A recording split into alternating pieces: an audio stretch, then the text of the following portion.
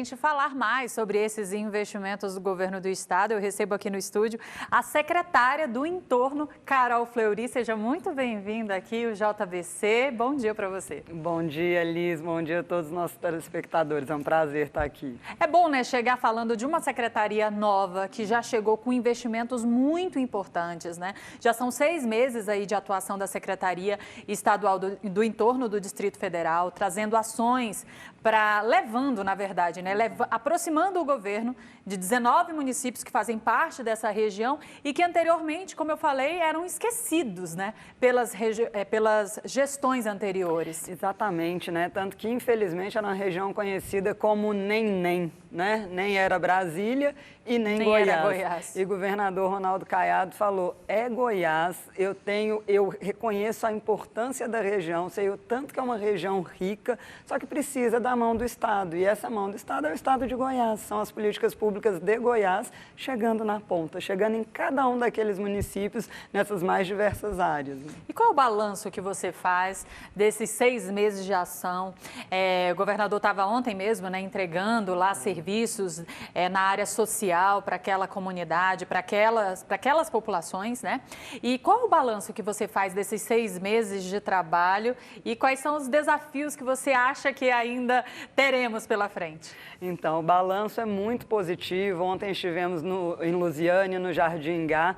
E aí, quando a gente fala de educação, nós estamos falando de educação da Escola do Futuro, que tem em Santo Antônio Descoberto e foi inaugurada de Valparaíso. Então, uma escola extremamente tecnológica na área de robótica, de desenvolvimento, mas também estamos falando das escolas padrão século XXI em todos esses municípios e todas as escolas estaduais sendo reformadas.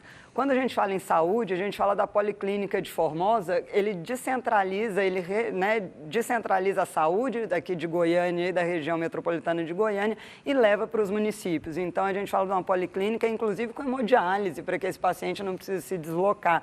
Mas também estamos falando em breve da inauguração do Hospital de Águas Lindas, que é um hospital de mais de 140 leitos que vai atender toda a região. Então, de saúde também o governador faz esse avanço na região do entorno. Na segurança, nós estamos falando das DEANs, né, e Águas Lindas também, o governador esteve lá recentemente inaugurando a DEAN de Águas Lindas, e estamos falando das unidades do Corpo de Bombeiros, que em algum desses municípios ainda não tinham, e está sendo feito inclusive com a parceria com a Lego, do Duodécimo, eles têm feito quando eles fazem a devolução, já foi para o Corpo de Bombeiros. Nós estamos falando também, isso da polícia extremamente equipada, nós estamos falando, quando a gente fala na questão social, o programa, junto da primeira-dama, dona Gracinha Caiado, os Mães de Goiás. Foi feito um mutirão nesses últimos 15 dias, que aí foi feito Mães de Goiás, o Dignidade, que é para os idosos entre 60 e 65 anos. Então, também cuidando com muito carinho, foram mais de 12 mil cartões entregues e, além da necessidade imediata, é um gasto na região. Então, você movimenta a economia local, que é super importante. E aí nós falamos também de moradia, o tanto que é importante, né, as moradias. E aí o governador bem diz, não é casinha popular não, são condomínios, né, de alto padrão. Com certeza. São condomínios de alto padrão e que ele faz questão de fiscalizar, entrega a obra. Então hoje quem realmente faz a licitação já sabe que não é para enrolar, que tem que ser de muita qualidade.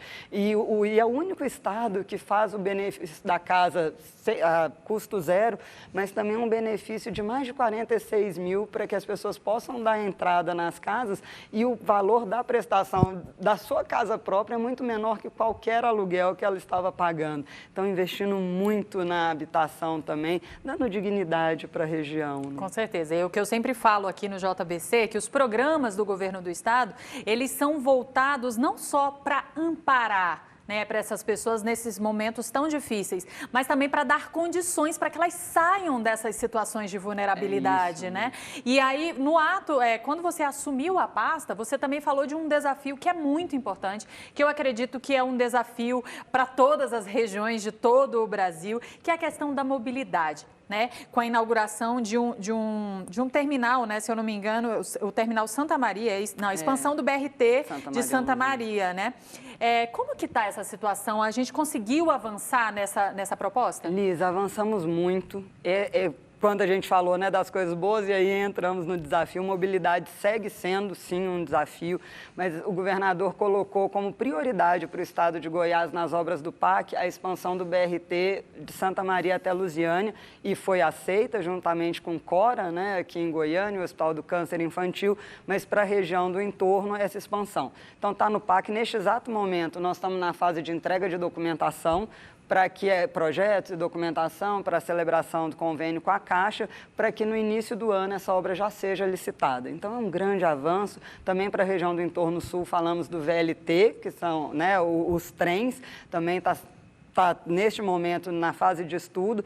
Agora, precisamos avançar nas passagens caríssimas, com ônibus de péssima qualidade, só que a grande questão de pouca segurança. Só que qual é o problema? E a gente precisa esclarecer isso. Hoje isso é responsabilidade da NTT, do governo federal, porque é um transporte interestadual.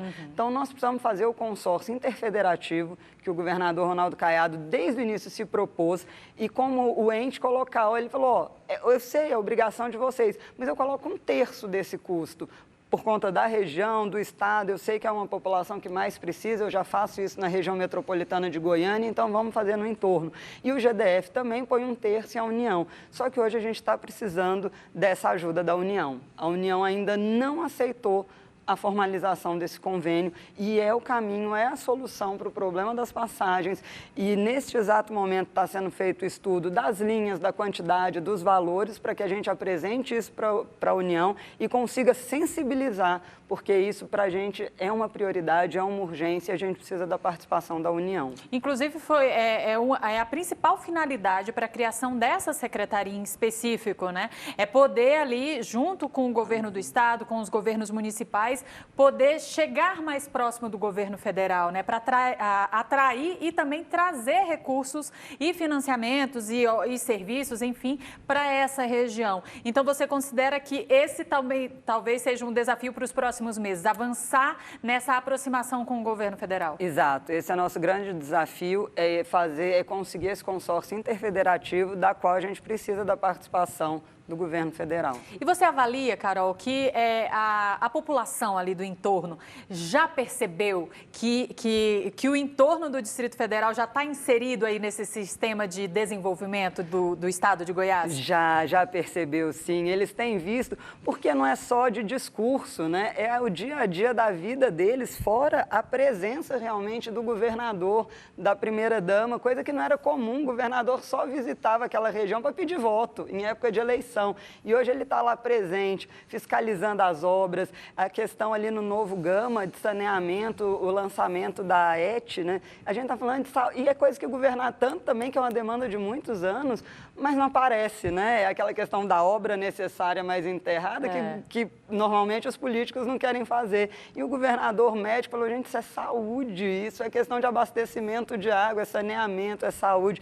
Então ele entende, e as pessoas estão vendo isso, então, porque está mudando a vida delas. Quando elas não precisam mais se deslocar para ir ao posto de saúde, para ir ao hospital, para fazer hemodiálise, quando ela vê ali o filho dela todo uniformizado, que ele recebe todo uniforme, chega em casa falando da qualidade da merenda, né? Quando ali uma idosa aos 64 anos, precisando daquele complemento para o remédio, só recebe o cartão quando o dinheiro já está na conta. Então, eles estão vendo a mudança e a transformação que o governo, o estado de Goiás, tem feito na região do entorno. Com certeza. E a gente faz questão de sempre estar mostrando todas essas ações aqui, para que o estado inteiro experimente também esse avanço, porque eu acredito que é um sentimento coletivo. Quando a gente vê o estado avançando nas pontas, em determinados municípios, quando sai, né, dessa região aqui metropolitana, com certeza todo mundo se envolve, se empolga e vê, de fato, que o estado está se desenvolvendo.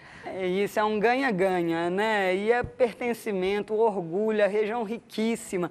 E o que a gente precisa divulgar? As potencialidades. Nós estamos falando do turismo ecológico, da Rota das Águas, da gastronomia com queijos e vinhos, do turismo religioso. Então, nós estamos falando, assim, de muita qualidade, de vocação, que cada um tem o seu. Um é mais para o serviço, outro é mais para o turismo.